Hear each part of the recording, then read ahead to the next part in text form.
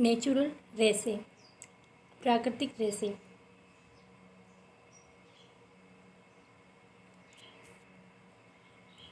प्राकृतिक रेशे, इसमें हम ये पढ़ेंगे रेशों का वर्गीकरण। पादप रेशे रूई, जूट, मूंज से प्राप्त होते हैं। सूती धागों की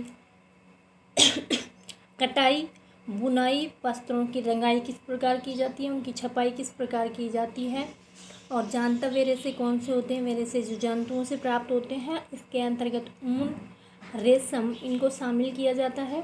और हमारे कौन कौन से परिधान हैं और मौसम के अनुसार हमें कौन कौन से वस्त्र पहनने चाहिए। जैसे गर्मियों में हमें सूती वस्त्र पहनने चाहिए और जो सर्दियाँ आती हैं तो सर्दियों में हमें ऊनी वस्त्र पहनने चाहिए।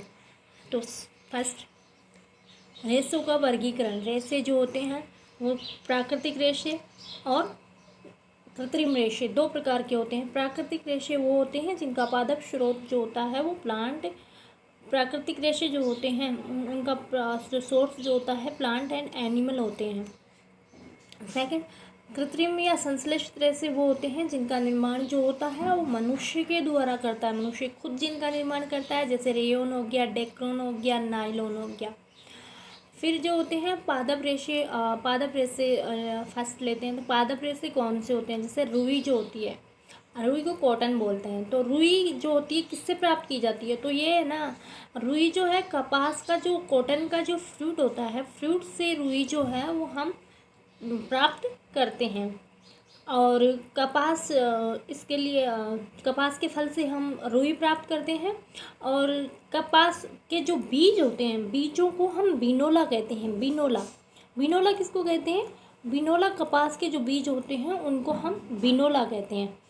तो बिनोला जो होता है कपास का बीज कहलाता है। और कपास के फल से हम रुई प्राप्त करते हैं। और इसमें कपास ओटना किसको कहते हैं? तो कपास जो है उसको बीजों से हम अलग करते हैं। तो वो पूरी प्रोसेस जो होती है वो प्रोसेस क्या कहलाती है? ओटना कहलाती है। ये प्रोसेस जो होती है वो कपास को ओटना कहलाती है। फिर जूट जो है, जूट सेकंड, जूट का स्रोत क्या होता है? ये पटसन पादप का तना होता है। और इसका उपयोग जो है वो हम जूट जो है वो पटसन जो पादप होता है उसका तना जो होता है उसका उपयोग हम जूट प्राप्त करने के लिए करते हैं। और इससे हम क्या बनाते हैं? तो पायदान, चटाई, बैग, ये जो सब कुछ है वो हम जूट से प्राप्त करते हैं। मूंज किससे प्राप्त होती है? तो मूंज हमें घास पादप से प्राप्त होती है। और इसका वैज्ञानिक नाम जो है, साइंटिफिक नेम या जो है वो सेकेरम मुंजा है। ये एक मोनोकोट पादप है। मोनोकोट पादप यानी एक बीजपत्री पादप। एक बीजपत्री पादप कौन से होते हैं? वे पादप जिनमें एक बीजपत्र पाया जाता है वो मोनोकोट पादप कहलाते हैं। और जिनमें दो बीजपत्र पाए जाते हैं वो क्या कहलाते हैं? डाइकोट पादप कहलाते हैं। तो मूंज जो है वो एक बीजपत्री पादप है। ये कहाँ पाया जाता है? तो हमारे राजस्थान में जो है वो नागौर, बीकानेर, सीकर, झुंझुनू, अजमेर में पाया जाता है।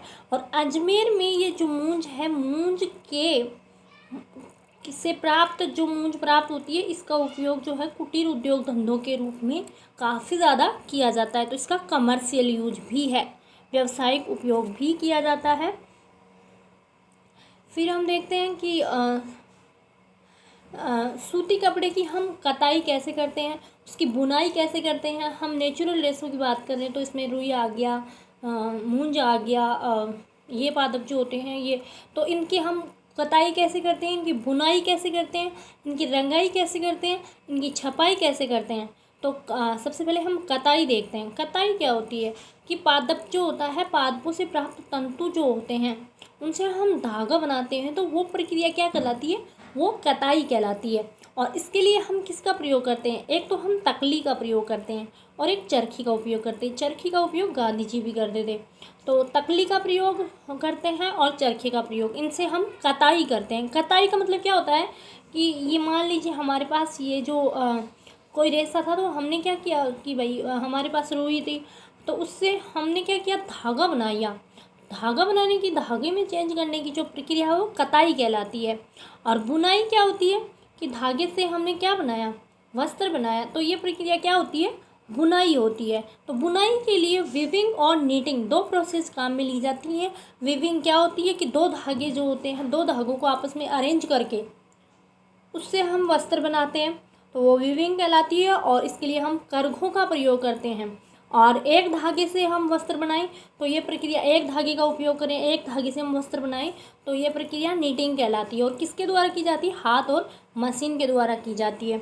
वस्त्रों की रंगाई कहाँ की जाती है? रंगाई मतलब वस्त्रों को रंग से रंगना। तो ये बंधेज, राजस्थान बंधेज कला कहाँ की प्रसिद्ध है? तो राजस्थान और गुजरात का बंधेज काफ़ी ज़्यादा फेमस है। वस्त्रों पर छपाई कहाँ की जाती है? छपाई का मतलब उन पे छपाई करना, मतलब उन पे जैसे ठप्पे द्वारा हम छपाई करते हैं। तो ये इसके लिए सांगानेर, जयपुर, जोधपुर, जैसलमेर, उदयपुर, बाड़मेर, भीलवाड़ा, पाली, बगरू, अकोला, ये जो है वो फेमस हैं। अकोला जो है चित्तौड़गढ़ में है। अब हम देख लेते हैं भाई, हमने जो है ये हमने सूती कपड़ा बना लिया। तो सूती कपड़ा जो है वो क्या होता है? तो सूती कपड़ा जो है वो कपास के माध्यम से बनता है। पहली बात तो ये सूती कपड़ा काफ़ी ज़्यादा ठंडा होता है, इसलिए हम गर्मियों में इसको पहनते हैं। ये नमी को सोखता है और इसको रंगना काफ़ी ईजी होता है। जानतव्य रेशे, अब सेकंड जानतव्य रेशे, प्राकृतिक रेशे जो थे वो हो गया कपास हो गया, जूट हो गया, और जूट हो गया, मूंज हो गया, ये जो थे वो प्राकृतिक रेशे थे। अब जानतव्य रेशे जंतुओं से प्राप्त होते हैं। इनमें मेनली ऊन और रेशम को शामिल किया जाता है। ऊन जो होती है वो भेड़, बकरी, ऊंट या खरगोश आदि के बालों से प्राप्त होती है। ये तंतुमयी मुलायम बाल ही ऊन बनाने में प्रयोग की जाती है। ये बाल जो होती है इन जंतुओं में क्या काम करते हैं? ये जो होते हैं, जैसे मान लीजिए सर्दियाँ वगैरह होती हैं तो ये इनके शरीर को क्या करते हैं? इनके शरीर को गर्म रखते हैं। ऊन निर्माण की प्रक्रिया, हम ऊन को कैसे प्राप्त करते हैं? ऊन हम कैसे बनाते हैं? तो सबसे पहले रेशे जो होते हैं उनको ऊन में परिवर्तित करना, इसके लिए कटाई की जाती है। कटाई जो सामान्यतः गर्मी में की जाती है, क्योंकि सर्दी में करेंगे तो फिर उनको जानवर जो है उनको ठंड लगने की संभावना रहती है। सेकंड क्या करते हैं? अभिमार्जन करते हैं। अभिमार्जन क्या होता है कि जो भी बालों की हमने कटाई की है उनसे हम जो चिकनाई, धूली, ये सब कुछ लग गए उनको हटाने की जो प्रक्रिया है वो क्या कहलाती है? अभिमार्जन कहलाती है। फिर हम क्या करते हैं? फिर हम छटाई करते हैं। छटाई में क्या करते हैं कि बाल जो हैं, जैसे मान लीजिए उनके जो संगठन है, उनका कंपोनेंट है, उसके आधार पे हम उनको अलग करते हैं। जैसे उनके आधार पे उनको अलग करते हैं। तो बर क्या होती है? बाल के छोटे छोटे कोमल और जो फूले हुए रेशे होते हैं उनका उपयोग हम करते हैं ऊन बनाने में। तो ये बर जो होती है वो बर को हम अलग करते हैं, इसको बर कहते हैं। तो बरक जो है वो छोटे छोटे और कोमल रेशों को अलग करना, ये बर कहलाती है। फिर इनकी रंगाई की जाती है। फिर क्या किया जाता है? रीलिंग की जाती है। रीलिंग क्या होती है कि रेशे को सीधा कर दिया जाता है, फिर उसको सुलझाया जाता है, और फिर इनको लपेट के और फिर उनसे क्या बनाया जाता है? धागा बनाया जाता है। लंबा रेशा जो है उससे स्वेटर की ऊन बनाएंगे, छोटा रेशा होगा उससे ऊनी वस्त्र बनाने में काम मिलेंगे।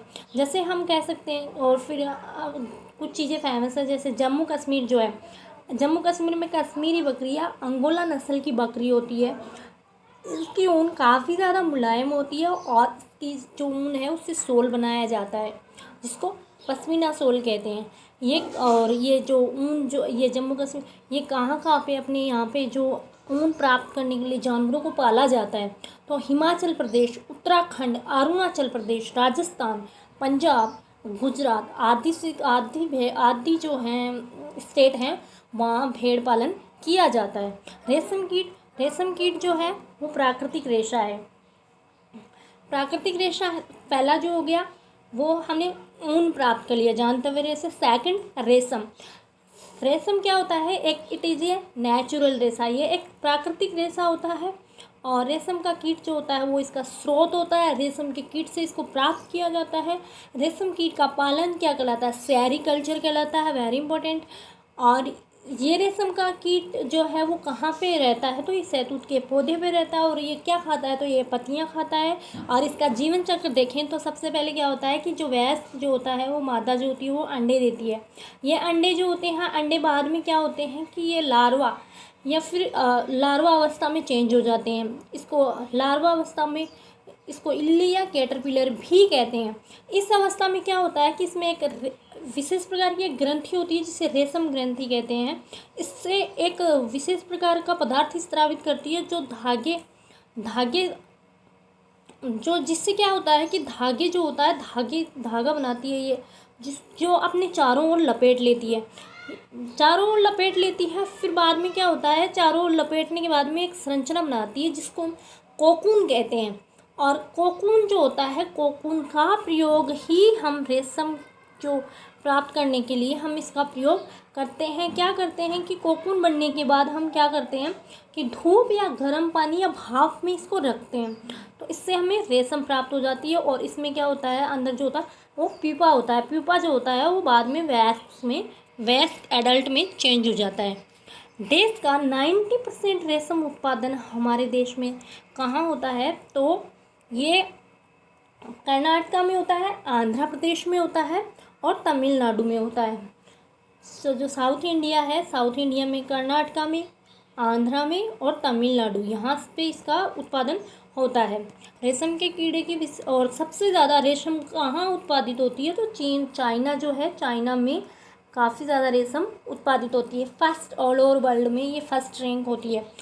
रेशम कीट की विशेषताएं क्या होती हैं कि रेशम का जो हमारे पास कपड़ा होता है उसकी विशेषताएं क्या होती हैं, तो इसमें सलवटें नहीं आती हैं। पहली बात तो इसमें सलवटें नहीं आती हैं और ये वाले काफ़ी चमकीले होते हैं, वज़न में काफ़ी ज़्यादा हल्के होते हैं, इसलिए रेशमी कपड़े जो होते हैं वो काफ़ी पहनना प्रेफर करते हैं लोग। फिर मौसम के अनुसार वस्त्रों का चयन, नेक्स्ट पॉइंट। गर्मी में जो होता है वो हम सूती वस्त्र पहनने चाहिए, क्योंकि गर्मियों में हमें पसीना ज़्यादा आता है और ज़्यादा आता है तो पानी जो होता है उसको आसानी से सोख लेता है। ये शरीर को ठंडक प्रदान करता है और हवा का संचरण जो होता है अन्य वस्त्रों की तुलना में काफ़ी बेहतर तरीके से हो जाता है और इस शरीर को चिपकते भी नहीं है। और सेकंड जो है, हम ये देख लेते हैं कि सर्दियों में हमें ऊनी वस्त्र पहनने चाहिए, क्योंकि हवा जो होती है वो ऊष्मा की कमज़ोर वाहक होती है और ऊनी वस्त्र जो होते हैं शरीर की ऊष्मा जो है उसको बाहर नहीं जाने देते हैं और शरीर को गर्म रख के हमें सुरक्षा प्रदान करते हैं। नेक्स्ट हम इसकी समरी देख लेते हैं। वस्त्र जो होते हैं वो धागों से बनाए जाते हैं, धागों को तंतुओं से बनाया जाता है। सबसे पहले वस्त्र का फॉर्मेशन कहाँ से होता है, तो वस्त्र धागों से बनते हैं और धागे किससे बनते हैं, तंतुओं से बनते हैं। रेशों को प्राप्ति के आधार पे हम दो भागों में डिवाइड कर सकते हैं। प्राकृतिक, जिसमें हम कह सकते हैं कि पटसन आता है, जूट आता है, पटसन, जूट, इनको शामिल किया जाता है। और संश्लेषित या कृत्रिम जो होते हैं, जैसे ऊन हो गया, रेशम हो गया। प्राकृतिक तंतुओं को दो भागों में डिवाइड किया जाता है, पादप और जांतव्य। जैसे रुई, पटसन, मूंज, ये जो होते हैं वो तंतु से प्राप्त किए जाते हैं और ऊन और रेशम जैसे तंतु जो होते हैं जांतव्य से प्राप्त करे जाते हैं। तंतुओं से हम धागा बनाते हैं, वेरी इंपॉर्टेंट। इस प्रोसेस को हम कताई कहते हैं। धागों से वस्त्र निर्माण की विधि जो है वो बुनाई है। ऊन निर्माण के लिए भेड़ के बालों तथा रेशम का निर्माण रेशम कीट से होता है और रेशम कीट का पालन क्या कहलाता है, सेरीकल्चर कहलाता है। ये इसका जीवन चक्र था, देख लिया। फिर इसमें क्वेश्चन देख लेते हैं। रुई को बिनोले से हटाने की प्रक्रिया क्या कहलाती है, तो रुई जो है उसको बिनोले से हटाने की प्रक्रिया जो है वो ओटना कहलाती है। कताई जो होती है वो तो हम देख लिया कि भाई ये धागों में चेंज किया जाता है। और फिर प्राकृतिक तंतु का उदाहरण कौन सा है, तो प्राकृतिक तंतु जो है रुई हो गया, क्योंकि ये सारे जो हैं नायलॉन, डेक्रोन, रेयॉन, ये जो होते हैं वो कृत्रिम होते हैं। ये कृत्रिम होते हैं। कृत्रिम रेशे जो होते हैं नायलॉन, डेक्रोन, जिनका निर्माण जो होता है वो मनुष्य द्वारा किया जाता है, वो कृत्रिम रेशे होते हैं। तो इसमें डेक्रोन आ गया, नायलॉन आ गया, रेयॉन आ गया। जांतव्य तंतु कौन से हैं, तो जांतव्य तंतु जो है ऊन हो गया, रेशम है, ये हो गया। और ये जो नायलॉन है ये वाला कृत्रिम है। कपास जो है वो पादप तंतु है, पटसन भी पादप तंतु है। रेशम का कीड़ा जो है, रेशम का रेशा किससे प्राप्त किया जाता है? तो रेशम का रेशा जो है वो हम देख लेते हैं कि ये उससे प्राप्त किया जाता है, रेशम का कीट होता है ना, रेशम कीट से प्राप्त किया जाता है। और फिर इसमें ये जो प्रोसेस होती है वो सेरीकल्चर कहलाती है। रेशम से धागा बनाने की प्रक्रिया क्या कहलाती है? रेशम जो है उससे हम धागा बनाते हैं, तो रेशम से हम धागा बनाने की प्रक्रिया जो होती है वो कताई कहलाती है। और इसके लिए हमने पढ़ा था कि तकुआ या तकली और चरखे का प्रयोग करते हैं। रेशम कीट के पालने को क्या कहते हैं? तो सेरीकल्चर कहते हैं। किसके चारों ओर लिपटने से रेशम का धागा लिपट जाने से गोल संरचना कोकून बनती है? किसके चारों ओर जब ये लिपट जाता है, तो किसके चारों ओर लिपट जाता है? जब लार्वा या इल्लियाँ जो होती हैं इसके कैटरपिलर, इसके चारों ओर जब ये लिपट जाता है तो कोकून का निर्माण होता है। नायलॉन, रेयोन और डैक्रोन, ये जो होते हैं हम कृत्रिम रेशों के एग्जाम्पल हैं।